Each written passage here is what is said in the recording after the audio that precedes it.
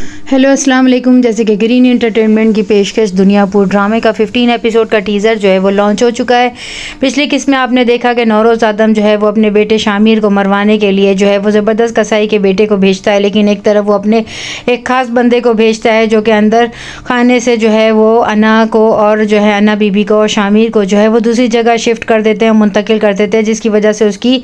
ज़िंदगी बच जाती है। जब वो आकर ज़बरदस्त कसाई का बेटा जो है नौरोज़ आदम को बताता है तो कहता है कि हर बात बताने की नहीं होती, मैं जो कह रहा हूँ बस उस पर अमल करो। यहाँ पर उसकी बीवी जो है वो अपने शौहर से कहती है मुझे मेरा बेटा ज़िंदा सलामत चाहिए, जिस पर नौरोज़ आदम बिल्कुल भी जवाब नहीं देता है। यहाँ पर आदम जो है नवाब साहब जो है वो पुलिस इंस्पेक्टर के पास जाते हैं और उसका जो ख़ास खादिम है वो भी उसके साथ जाता है और उससे कहते हैं कि तुम मेरी मदद करो, जिस पर पुलिस इंस्पेक्टर जो है वो मना कर देता है कि पूरा दुनियापुर इस वक्त जो है वो नौरोज़ आदम के हाथ में और हमें खुशी है कि हमें सिर्फ एक बंदे से बात करनी पड़ती है और उस वक्त उसके पास पैसा भी है और पावर भी है। जिस पर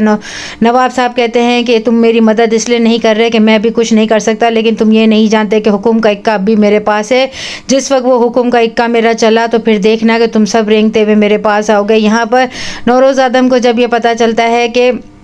नवाब साहब जो है रात को सोने वाले हैं और जो है उसकी बीवी जो है वो शेरबानू जो है वो ये इत्तला दे देती है जहांगीर खान के ज़रिए से, जिससे इनको पता चलता है कि ज़बरदस्त कसाई का बेटा और वो दोनों जो है मारने के लिए हमला करने वाले हैं। और उसकी वो इजाज़त भी देती है क्योंकि वो कहती है कि मुझे दुनियापुर में जो है वो अपनी ज़िंदगी की जो है वो उसकी आज़ादाना चाहिए और 15 करोड़ का भी मुतालबा करती है, जिस पर नौरोज़ आदम हामी तो भर लेता है, लेकिन उसे शक होता है कि इतनी आसानी से कैसे नवाब मर सकता है, ज़रूर इसके पीछे कोई चाल है। यहाँ पर नवाब की बीवी जो है वो अपने खादिम के साथ जब बाहर आती है उससे पैसों का बैग लेती है तो जहांगीर खान और जो है वो कसाई का बेटा जो है वो इस बात पर भरोसा नहीं करते हो, कहते हैं पहले हम उसे मार कर आएंगे, इसके बाद आपको पूरी रकम दी जाएगी। तो नवाब साहब की बीवी को गाड़ी में बिठा दिया जाता है और जब वो लोग मारने के लिए जाते हैं तो नवाब का खादिम जो है वो उन दोनों को भी मार देता है और नवाब साहब को लेकर फरार हो जाता है। यहाँ पर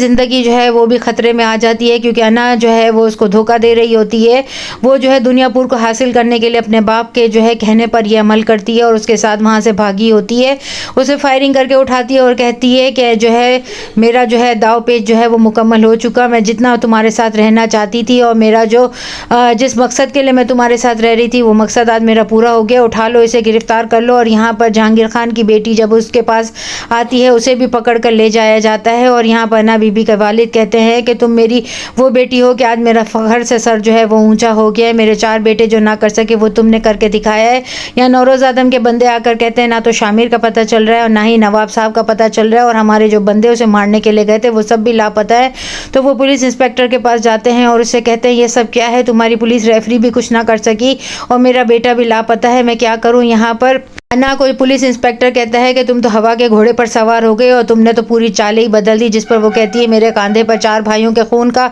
जो है वो बोझ है, मैं कैसे इसे भूल सकती हूँ, मुझे जो सही लगा वो मैंने किया। यहाँ पर शामिर कहता है कि इसने सही नहीं किया, मैं इसे छोड़ूंगा नहीं। यहाँ पर जो है नौरोज़ आदम को जो है ज़िंदा जो है दफन कर दिया जाएगा, वो मरते हुए अपने बेटे को कह कर जाएगा कि जो है अपनी माँ का, अपनी बहन का और अपनी दादी का ख्याल करना। नेक्स्ट एपिसोड में और क्या होता है चैनल के साथ जुड़े रहें, लाइक करें, शेयर करें और सब्सक्राइब करें।